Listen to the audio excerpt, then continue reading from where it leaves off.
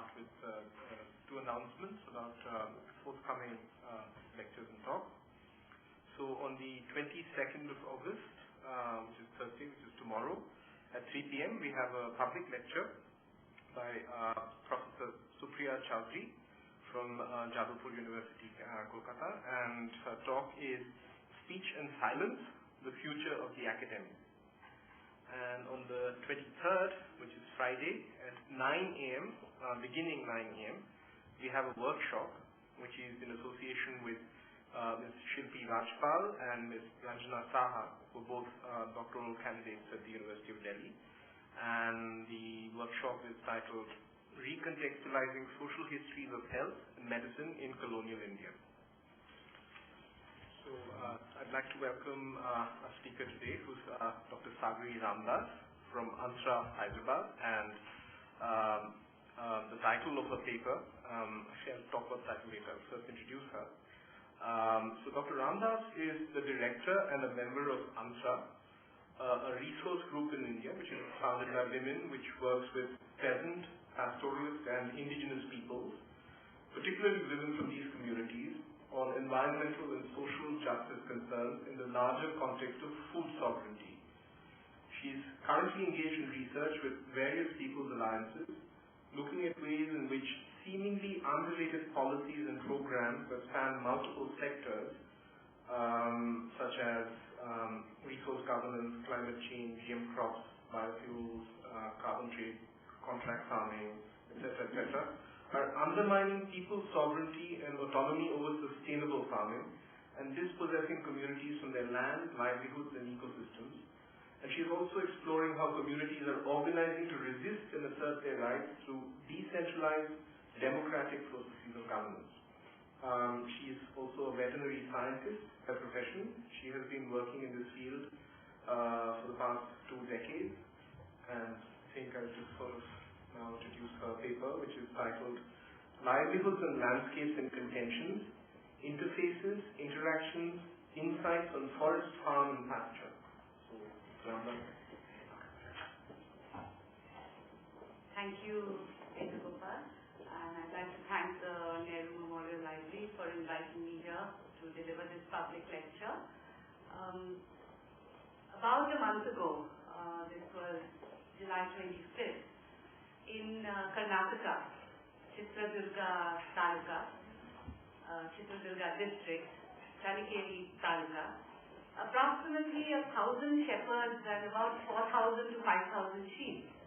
They gathered at the Deputy Commissioner's office in Talikeri Taluka, essentially protesting the fact that over 4,000 hectares of land, which is close to 10,000 acres or more of land, of what is known as the Amrit Mahal cover.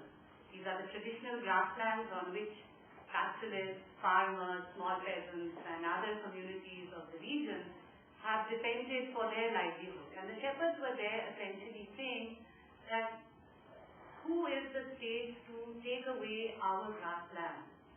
These Amrit Mahal covers have supported the famous Amrit Mahal breed of cattle. It has supported for thousands of years the livelihoods of these communities. And in 2009, the Karnataka state essentially notified and announced that this 4,000 plus hectares of land was to be used, and what they denoted as wastelands or lands which were not used for anything, that they were going to be used for establishing institutions such as certain defense establishments, academic institutions, for infrastructure projects, other institutions of learning and higher education. Interestingly, one of the academic institutions there themselves has actually done a lot of research to show how rich these grasslands are in terms of their biodiversity, in terms of their livelihood. And what the shepherds was there saying was, these grasslands belong to our Gram Panchayat. We have not been consulted, we have not been asked. No one has bothered to find out about our livelihood and what it means. More importantly, we're talking about some of the last remaining grasslands of the Deccan region of this country. And the shepherds were there protesting, saying, if this grasslands go, not only do our livelihoods go, but also the rich diversity and the rich multiple diversity which these grasslands support. across the border in Telangana, for the last 5 years, well, I would say for the last several years, shepherds have been organizing similarly against the diversion of their land. And it's for the right to continue to raise a particular breed of sheep known as the Deccan breed of sheep, which is the only black wool sheep available in this country. The other breed, actually globally, the other such breed is available in Chiapas in Mexico. And the shepherds in Telangana have essentially, as part of the Telangana movement, for them the movement meant an opportunity for them to assert their issues, which was that our villages overnight were declared to be included as part of Greater Hyderabad Metropolitan Corporation. There are over 600 villages surrounding the city of Hyderabad, and all of this region being part of the Deccan Plateau, every single one of these villages has between 25 to 30% today of communities who are traditional shepherds and pastoralists. And essentially what is happening is that their lands are being taken away, and when their lands are taken away, they're going to lose their right to their pastoral livelihood. And the people of this region are protesting, and the worst aspect was, for the last 3 years, the Gram Panchayats were suspended, no new elections were announced, and so when the communities in this village decided to come together and say we are going to pass resolutions against the fact that these lands of ours are being taken, we do not want to be part of Hyderabad. We want to continue to lead our lives because they're very ecologically viable, economically sustainable, dignified livelihoods. They have no Gram Panchayat. For the last 3 years, there have been no elections. And of course, out of political agencies, the last month they announced elections, and they had elections. That's another story. But essentially, the story which I'd like to share with you today is the story of the kind of contest and the kind of contention which is happening today in the Deccan Plateau region. It broadly covers the states of Karnataka, Telangana, northern Tamil Nadu, and Maharashtra. And it is in these regions today where particularly pastoralists in particular, whose livelihoods are under deep threat, are organizing themselves and coming together to assert their views. And I'd like to bring and share with you some of these stories, drawing from my work, which is with communities of pastoralists and shepherds in both the Telangana and Andhra regions of the Deccan Plateau. And these are not instances, these kinds of protests, these kinds of resistance, the kind of organizing, are not one-off instances. They are there in different parts, in pockets, where communities increasingly are aware and becoming aware of the fact that our own constitution, and in the last 10 years, there are laws and legislation which actually now open up the possibility of us asserting our rights of governance, of local governance. But to take it back to, I'd like to give us some idea, start off with this relationship of the pastoral communities. And I'm talking largely in this region. You have Kurma communities, Golla communities, Kurba, or the same community in Karnataka known as the Kurba, in Maharashtra known as the Ramdas. These communities have, in fact, historical data goes back to show that, since the last 3,000 years or so, these communities have been relating and surviving on these large grassland tracts.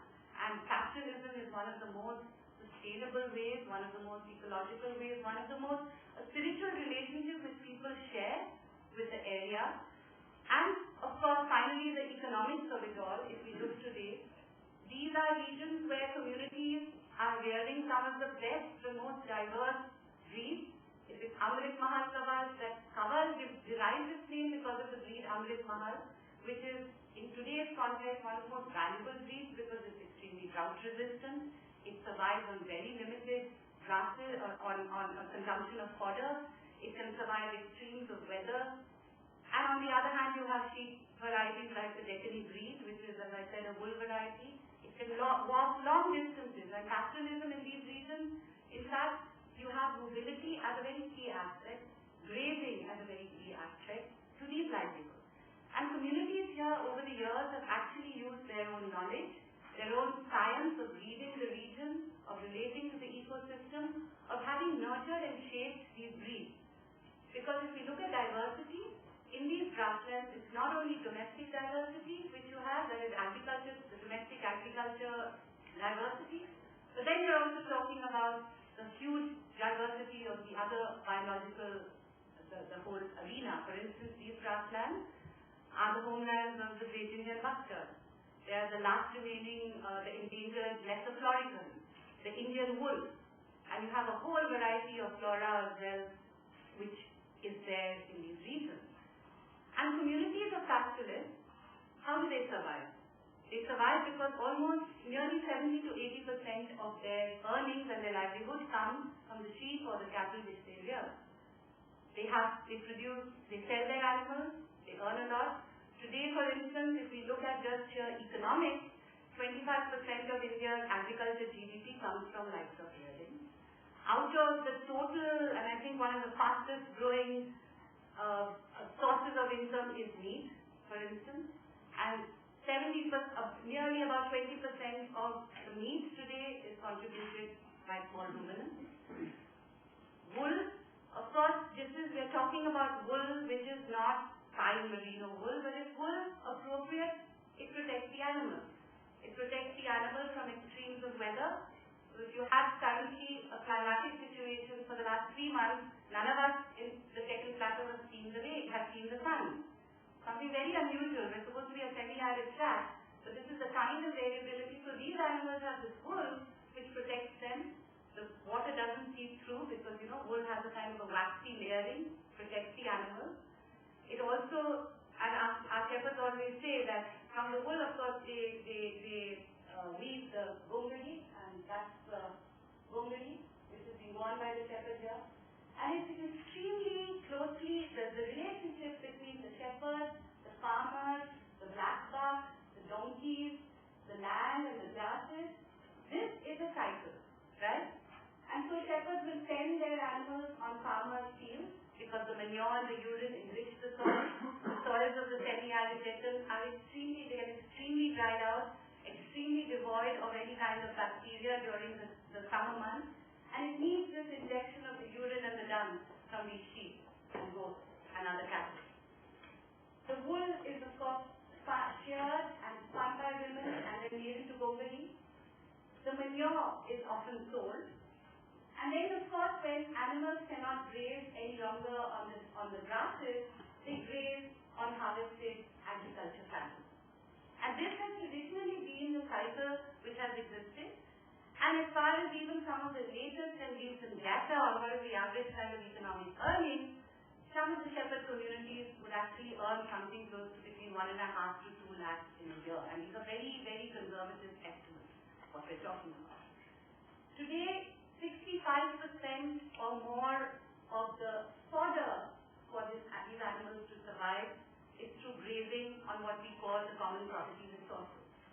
And if you look at the Amrit Mahal Kaval, or if you look at the grazing land here in this part of other parts of the Deccan Plateau, in fact, it is basically the ability of animals to graze which is key for these livelihoods. And when we look at the biodiversity and the linkages between the animals and other wildlife species as well, for instance, if you take the wolf, in the rest, in Europe and the USA, the wolf is hated by farmers, by shepherds. But the Kurma community, they have a saying that if a wolf comes to my flock and takes away a sheep, it blesses my flock. So they actually welcome the wolf. The Kurma community traces its history back by saying that they were created in this part of the Deccan to take care of this black sheep. And today it is this community, along with other peasant communities, along with other agro-pastoralist communities, for whom these grasslands, this Deccan Plateau is utterly vital for the future of their livelihood. However, if you see what is happening and has happened historically, these livelihoods today are under attack. We have a lot of historical data. The first kind of attack on this, especially looking at the Deccan Plateau, for instance, is at the time of British colonial policy when they came up with their forest laws. They also looked at the grassland and began to create processes of exclusion through not only laws but also taxation. And we have a lot of data, a lot of scientists, a lot of historians have written about this. One of the very key breeds of cattle, called the Ramdas breed of cattle, totally disappeared from the radar with the loss of the grazing land. Because at that time what the British did was to encourage on one hand cultivation and transformation to agriculture cultivation. On the other hand, they really didn't know why these herds of animals, what on earth these herds of animals were doing.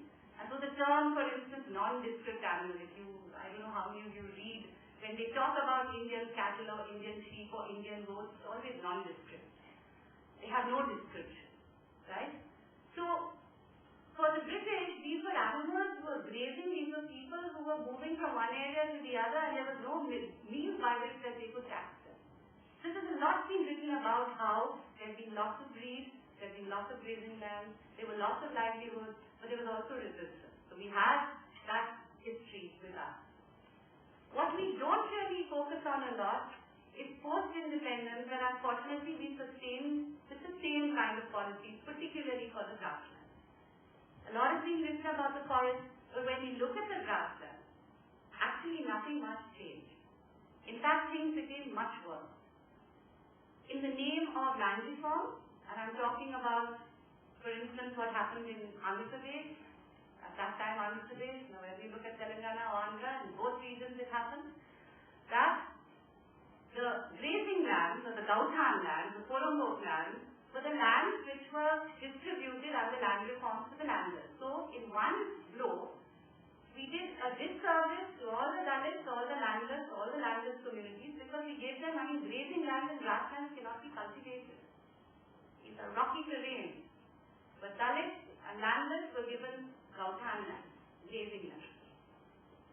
Let the landlords off the hook. We still have in areas of Andhra where landlords continue to hold 1,000 acres of land. And you also did a huge disservice to the entire village, because in the Deccan region, you have crops and you have livestock, and both of these are the ways in which people resist the huge climatic variation which does occur in this region. You will have drought. You will have sometimes heavy rain. And this is the way in which you survive. You build your resilience through depending upon the fact that you have crops and animals, the fact that you also have mobility, and mobility is very key to these regions for survival. So lands were distributed. Many villages today are actually trying to protect the last remaining commons which they have.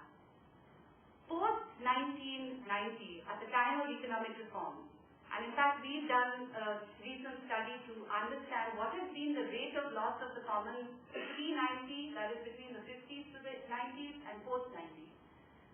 We were totally surprised to see that the rate of loss of the commons, whatever limited amount of commons were left, is much higher. So pre-90s it was roughly about 25%, the annual rate of loss of common property resources, and post-90s we find that it shot up to about 40%. So the loss of grassland has just aggravated year by year post-90.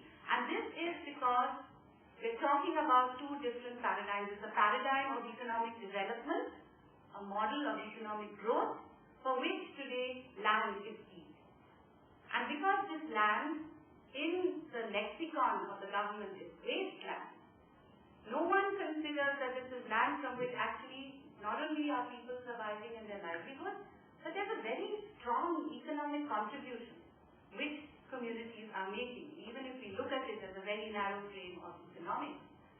Today, these are communities who, through their sheep and goat and cattle, recently there was a survey which showed that 75% of milk in this country is coming from indigenous breeds of animals.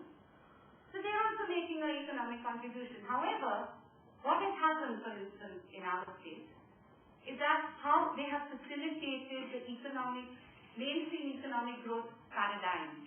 That means you don't need land. You need to have factories, you need to have industries, you need to have special economic zones. So for instance, one of the key ways in which this was done in my state is that they changed and amended the land laws. So we had land laws protecting agricultural land, right? They amended these laws, and overnight it has become very easy not only to sell land and buy land, so there's this huge explosion of real estate. This is a picture from, where is my, So this is a very typical picture which you find if you drive from Hyderabad, southwards, northwards, eastwards, anywhere. You will find that the landscape has changed by the appearance of fences. You will find, and this is from the southern region, this is the kind of barbed wiring which has happened with people by the state having decided that this is land which is going to be given to institutions. Then the barbed wires appear. And traditionally, in a community, people knew this is your land, this is my land. During agriculture season, we will make sure we have arrangements by which my animals will not graze in your fields, your animals will not graze in my fields. But post-harvest, there were no boundaries. This kind of fencing, physical fencing out or fencing in did not exist. This has now appeared. Right?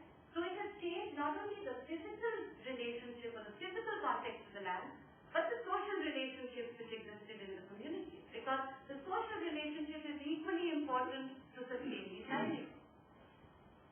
And today you find that whether it's amendment of the Agriculture Land Act, in ANTHRA we've also amended there's a law for what is called assigned land, where this was land which was supposed to be given under land reforms to landless people. Today, it has been very cleverly amended where the state has the right today to resume those lands, to take back those lands, and actually hand it for public purpose to industry, to SEZ, for SEZ. So, today, post-90s, not only has the level of loss really aggravated, but the speed at which and the fact that these are lands which neither come under Land Acquisition Act because they are common land, nor do they come under any of the forest rights or the Indian forest rights because most of these grasslands are not designated as forest.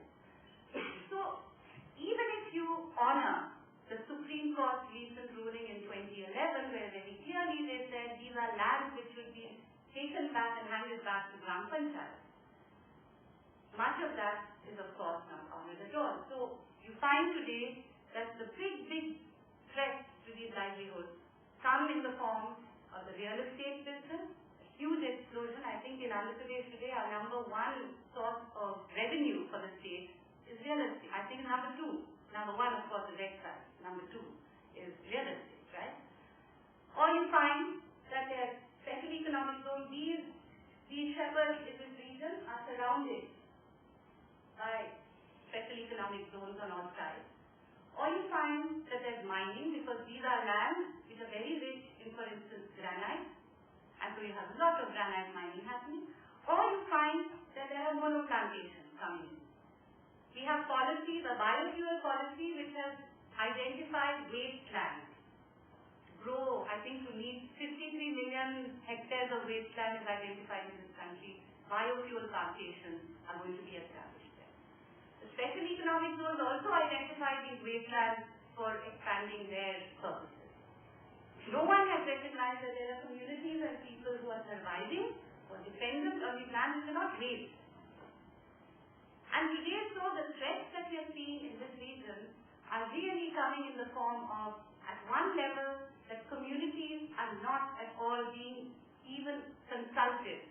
Forget about their consent being taken. They're not even being consulted about the land which has come under their governance if you take the 71st Amendment and the Ramdas. And finally, of course, the relationship with the crop, because the relationship with agriculture has been extremely important here for pastoral livelihood. As I mentioned earlier, post-harvest, animals will always go and graze on crops. Today, the agrarian transformation, lot of the rich, diverse food crops and rain-fed crops, which did at one stage figure in the agricultural cycles of communities, have completely been transformed into what we, when you look at it from the point of a shepherd, is utterly useless. Because if you have a crop which gives you no crop residue, then virtually, even if you're not physically kept out, biologically you're kept out, and it breaks the relationship which used to exist. Because it used to be a relationship where, for instance, if you grow jawar or millets or even if you grow paddy or any of your pulses and legumes, post-harvest, you'd always have sheep and goats going and grazing, or cattle and buffaloes going and grazing. But today, for instance, if you have GMO cotton, worst of all, or if you have tobacco, or if you have palm oil plantations which are coming up all over the place, then these animals are not going to be able to go and graze. So there's a huge attack on these livelihoods. And obviously, if there's an attack on the livelihood, you can also imagine that with the loss of the diversity, it's not only the livelihood which is being under threat, but all the associated biodiversity. So, the shepherds in Neza, the community with whom I work, just 10 years ago, they used to spot the Indian wolves when they went on migration. They used to be able to tell where the Indian wolf was nesting and the number of cubs. In the last 10 years, they've not had a single spotting of an Indian wolf, for instance, in this region. And the Indian wolf in the Deccan Plateau is a very key species, for instance. So you can imagine what else is happening downstream of that. So what happens when such attacks occur, when these kinds of threats are there? Either communities change the species, or they move further. For instance, if they can't graze on the grasslands, they will move into the forest. Many more communities who traditionally didn't move into the forest will move into the forest. And this is, for instance, today we have pastoralists coming all the way from Rajasthan who would earlier come and spend maybe a couple of months in the year in Hyderabad forest region. Today they are spending the whole year in Hyderabad forest region. Why? Because similar kinds of situations are confronting them in the grasslands where they traditionally go back. Or, if you can't move, what do? You sell your animals. And when you sell your animals, then the big challenge is, now where do I move next? Do I go get a job in a factory? There are no jobs. So you have a whole downstream effect where young people also, and if the question is, are young people willing to be in these livelihoods? Yes, young people who moved into factories want to come back to this livelihood because they say, we have no security in a factory. It's temporary job. We don't know, today we will be there, tomorrow we'll be thrown out, but I think this is a permanent livelihood for us. This livelihood is one which gives us income, it gives us dignity, also very critically for the Deccan region, it gives us an ability to be resilient. Today, climatic threats are not something out there. They're happening every day. And to be resilient, to be able to cope, to be able to shift, to be able to move, is something which today the communities are really valuing. Finally, if you don't move out, people will resist. People will organize. And what I want to share with you is how today people are organizing.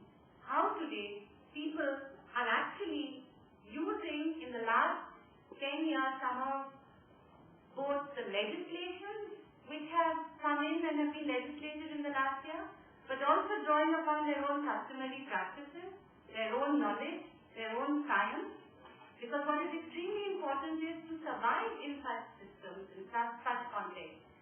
We're talking about a traditional knowledge, a traditional wisdom, a traditional science, which is what people today are going back and reviving and recalling.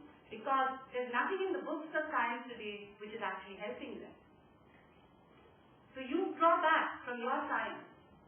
And that science has today a lot to offer for communities to resist, to survive, and in the same breath in which, and the irony of all of this is, that at one level, we have a macro vision of some kind of an economic development growth model paradigm, which is actually preventing and taking away the land from the communities who need this land to survive. And in the same time period, we have had at least 5 or 6 different legislations which is talking about communities having the right to decide for themselves their governance of their resources, the governance of their land, the visions of their future, the kind of worldview they would like to see their children in. So you have this utter paradigm of this total internal contradiction, where you have legislations today which are talking about centralizing the decision making at the level of the ground themselves. But then you have the paradoxically, simultaneously, macro visions which are being imposed with complete disrespect, with utter violation, total undermining of any of the legislation which this same very state has today brought. And I would like to spend the next, how much of time do I have? About 15 minutes. So I'll spend the last 15 minutes really sharing these stories of how people are organizing themselves to take back this land, to prevent the law, to use these legislations and other means by which they are asserting that, in this economic paradigm of development, this is what our views on this development are. This is what the way we would like to live. By doing this, we are not only talking about our survival, but we're talking about a survival of rapidly disappearing systems of biodiversity, systems of knowledge systems of ways of living, of practice, of skills, which if we don't do it now, it's going to be gone. And already we're seeing even an organized institution like the World Bank, I think, has recently come out with a document to say that India's record of loss of biodiversity and the environmental destruction is unheard of in this last 10 years.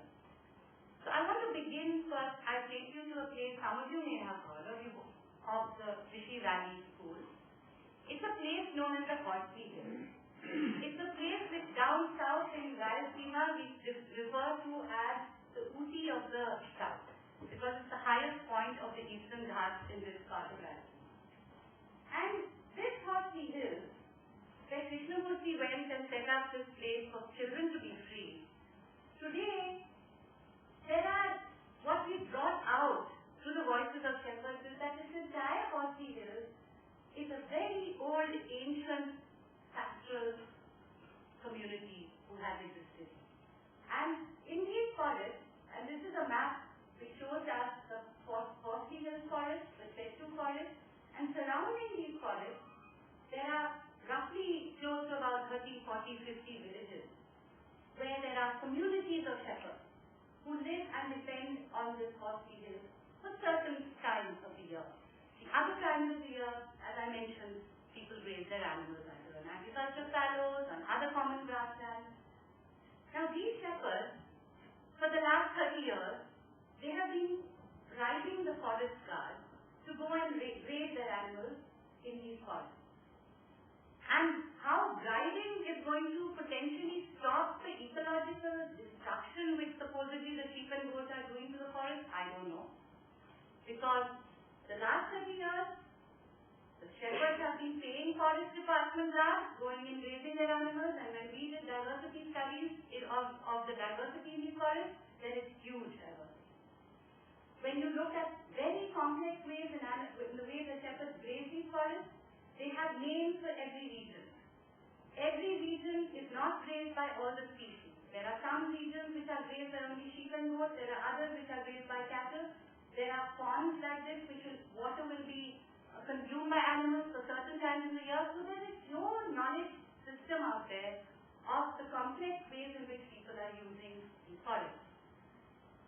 These shepherds got to know about the forest rights legislation. And I know many of you perhaps know this is one of the historic legislations, not only historic for the fact that it for the first time is recognizing the rights of community to live and live their livelihoods and govern their forests, but very, very significantly for the first time historically, you have grazing as a livelihood, as a practice which is legal now. You can legally graze your animals in forests.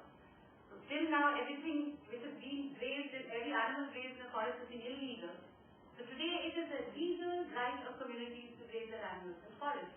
And the communities of shepherds here have used this legislation to assert and claim their right to the Horsley Hills. To say that because we have been grazing with our own knowledge systems, with our own practices, because of that, these hills have survived and sustained this diversity. At the same time, what they have done, because the school in that region was presenting a grazing path which the shepherds used, to reach particular hillocks. So what the shepherds have done is, for instance, they negotiated this grazing path with the school. So what the community in that valley are saying is, whether we are shepherds, whether we are a school, whether we are a tourist department, which is the Horsley Hills over there, whether we are other communities of presence, we all live in this common. We are all living in these commons. We will have to, if we want to survive and sustain and nurture this area, we will need to build and negotiate with one another. And the school, in fact, took an initiative to get the entire region to be declared as a special zone to prevent granite mining, because these are regions which have huge, wonderful stone rock formations which are all granite. The shepherds negotiated with the school. This is our grazing path. It leads to a grazing area where we have traditionally grazed our animals. If we are to protect and revegetate another grazing area, we first need to have this path to this forest, to this hillock. And it didn't take, it took 3 years of dialogue between the shepherds and the school. The shepherds first wanted 10 feet of graze or path. And the school said, no, if you take 10 feet of path, they feared that a tractor would come in and then start taking off granite. Finally, they agreed upon a 5 feet path. And the shepherds today are using this path and have come up, in a sense, what is happening in this region is that you're recognizing we all have a common need for this region to sustain. We have a common need, but it's about negotiating, it's about dialoguing, it's about being able to have this democratic space to actually come up with solutions which are going to be for the common good. And the other aspect of what has happened in the Horsley Hills region is that the shepherds themselves today are actually telling the forest department, you know, if our cattle don't graze in these forests, it will not control the grass growth, and that's what's going to trigger the forest fires which happen every year, over and over again. That doesn't mean, however, that the state has actually come up with formally acknowledging the forest rights or the community forest rights of this community. It's been 4 years since the community has submitted their claims. The forest guards continue to pretend that no such legislation exists. They continue to come and threaten the shepherds saying, pay up money. But the shepherds are resisting and saying, no, this is a law. In that law, if you obstruct our rights, we have a right in turn to file a case against you. I move now to the second example. A lot of discussion has happened about migratory pastoralists in this region. The southern situation again, you have people who are stationary, you have people who are migratory. And migratory pastoralists, for instance, the biggest challenge they face is that they move from area to area to area. So they can't keep on making their claims, even if they use a legislation like the Forest Rights Act. The biggest challenge for them is how many claims are they going to keep making? Because if this year I move to your village, the next year I move to your village. And it may not be the same village, I will come back to your village tomorrow. And therefore, what is happening today, and increasingly when shepherds are migrating into forests, the forests are the homelands of the Adivasi. And so, the system which today is evolving, and it's evolving not because it's written in any book or it's not there in the law. If you look at the rules of the Forest Rights Act, it's completely useless to help and address the kind of challenge which mobile pastoralists face today. But what the Adivasi community is doing is they are saying, if you are mobile but we are stationary, we must assert our rights through our Gram Sabha, through our Forest Rights Act, to our community forest. And when you as mobile pastoralists visit our forest, they are revising an ancient reciprocal system of dialogue which existed between pastoralists and Adivasi. Where the pastoralist communities would come in, they always had a lead pastoralist. The lead pastoralist would come in and actually talk to the Adivasi panchayat or panch or Goti or Jakojang there and say, look, may we graze our animals? This is what we want to do, and they work out the terms. And the Adivasi community will say, look, this forest today, this time, this area is overgrazed. no.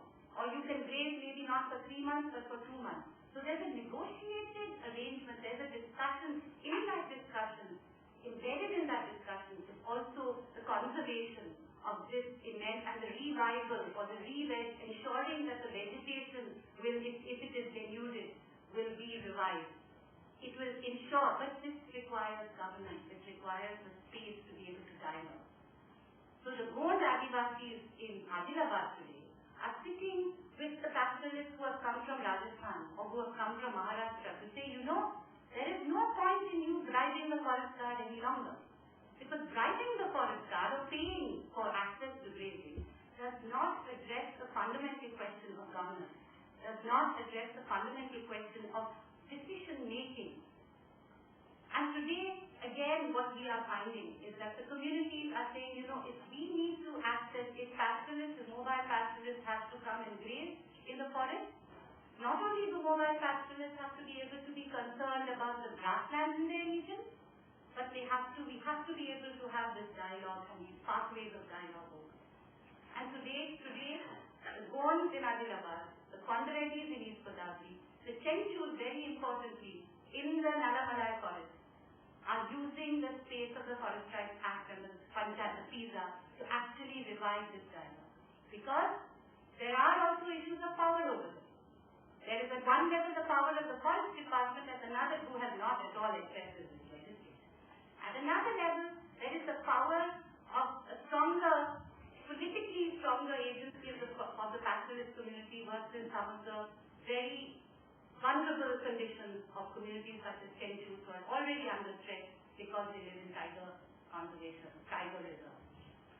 But this is the kind of dialogue, and the reason why this is happening from the Adivasi point of view is that unless migratory pastoralists actually begin to enter into dialogue, into discussion, migratory pastoralists can often become fly-by-night because you move all the time. And when you move all the time, if something is uncomfortable in one region, it's very easy to move to another region. But when you're settled in another region, you move to a third region. So Adivasi is saying, look, you need to graze in the forest, but if we need to graze in the forest, there needs to be a dialogue, there needs to be a discussion. And it's only when this can happen, and only when migratory pastoralists start taking responsibility for their regions where their homelands are, which are the semi-arid regions like the Deccan Plateau, that you can also address some of the increasing pressures, the increasing move, the increasing mobility, and it comes from a point of, well, we can't graze in our grasslands any longer, so we have no choice but to move to the forest. There have always been seasonal cycles of moving to the forest, but now it is increasing in its intensity, in the distances from which people are coming into forest regions, etc. And I want to conclude with the final story, which is the Kurmas and other communities of pastoralists and shepherds in Medak region of Telangana. And if we look at what they are attempting to do, is that again, through their agency, they are trying to actually revive these defunct Gram Panchayats. Because today you have got 73rd Amendment.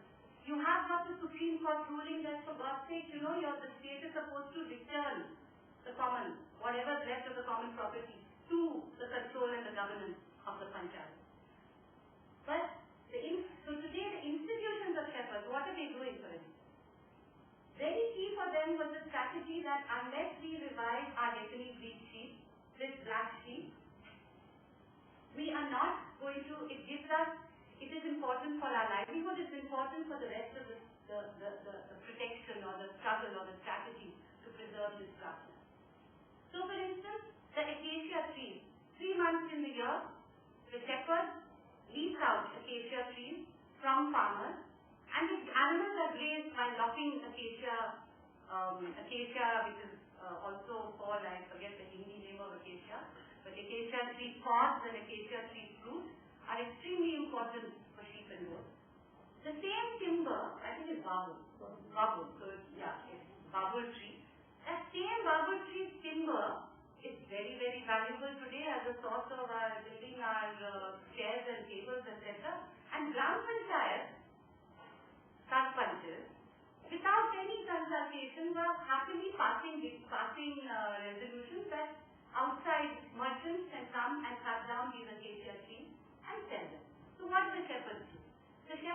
realized, look, if the acacia tree grows, and where do the acacia trees grow in such villages? In and around the village tank and the village pond. So the shepherds have organized, brought pressure on their panchayats, on their sarpanch to say, no, you are not going to cut down these forests. You are not going to cut down these villages. Similarly, what's happening in the village ponds? Sand mining. Right? Sand mining, which of course all of us have been familiar with, it's been in our news, at least that's one thing which has been in our news, but anyway. So what are the shepherds of Meerut been doing in every one of these villages? Again, the big bill, you've got Greater Hyderabad coming up, lots of construction happening, we need lots of sand. Where will that sand come from? Not the waters of these villages where these pastoralists are living, and where they need those waters for their crops, for their sheep, for themselves. So what do the shepherds do? In Goti Kumukula village, it happens to be also the village from where today Sunita Reddy, who is the Minister of Women and Child Welfare and the combined ANTHRA state, she's from that village. So they fostered their defunct Gram Panchayat, but they forced them to pass a resolution to stop the sand mining. We will not allow sand mining in our village. Similarly, they have been using the Forest Rights Act, and you've heard about that. Here too, submitting their claims. Very importantly, organizing their Gram Sabhas against their as I said, these are Gram Sabhas for 3 years, have not been functional, but despite that, they have been using their Gram Sabhas against land grabs happening, against companies coming in. Pharmaceutical companies are hovering around, they want land. If you drive through, you will find regions of sheep grazing and pharmaceutical companies next door, where these animals are having to graze. They're also forming alliances with nomadic shepherds because there is reciprocity. I think the principles of reciprocity is something which we are seeing really coming out, which are increasingly the ways in which people are being able to share what their own experiences are and also being able to help one another. Because the state is certainly not out there to be helping anyone right now. So what are they doing? They're saying, okay, if you are coming from Mahbubnagar all the way grazing in our land here in Meerut, something like 300 kilometers distance these shepherds are traveling, you talk with us. We will talk to one another. We will decide collectively whether you graze in the forest or the fallowed lands or where. Similarly on the crop, women in particular in this region there's a huge movement to revive. If we grow cotton, let's also get back some of the diversity into our cultivation. Let's get back some of those millets and pulses and legumes, because only with that will the cycle be complete. And finally, what the shepherds are doing is also reviving the gongadi, which is a very, very key kind of, it's very important for the shepherds to protect them, but it's increasingly extremely important because it is a skill, it is a livelihood which women have been set, it has been totally anchored by women, and today no one is recognizing the fact that when you come in with taking up land, the first ones to be affected in all of this is women. Andhra Pradesh today has the worst record of crimes of women, women being displaced out of their livelihood, women being forced into sex work, because that's really the only alternative, women being forced to sell and rent their wombs as surrogate mothers, because this region, for instance, has the highest incidence, one of the highest incidence levels of cesareans which are happening in this state. So women are organizing, and women are very centric to this organization of saying that we are going to protect our livelihood. Because we don't want to be at the mercy of something which we don't have control over. And today, when the shepherds are organizing, and this is a gongadi which I brought along with me to show you all. 10 years ago, it was on the brink of extinction. This gongadi captures the colors of the Deccan. The Deccan has different shades, different colors. This gongadi today, when you look at this, you can see, oh yeah, the sheep is there. The diversity is there. The diversity is there, the skill is there, the knowledge is there, the practice is there. And today, when the shepherds are fighting for their livelihood, today they perhaps are the only ones who are really concerned about the disappearing Deccan grasslands. The grasslands and all the associated diversity We have a national policy of grasslands. We have all kinds of concerns about conserving these wonderful ecoregions. But today with the pastoralists, in alliance with peasants and with Adivasis, when they are asserting their governance over their region, it is also perhaps the last remaining group or community of people who are talking about the survival of these grasslands, which otherwise we are not going to see any more great Indian bustards or wolves or whatever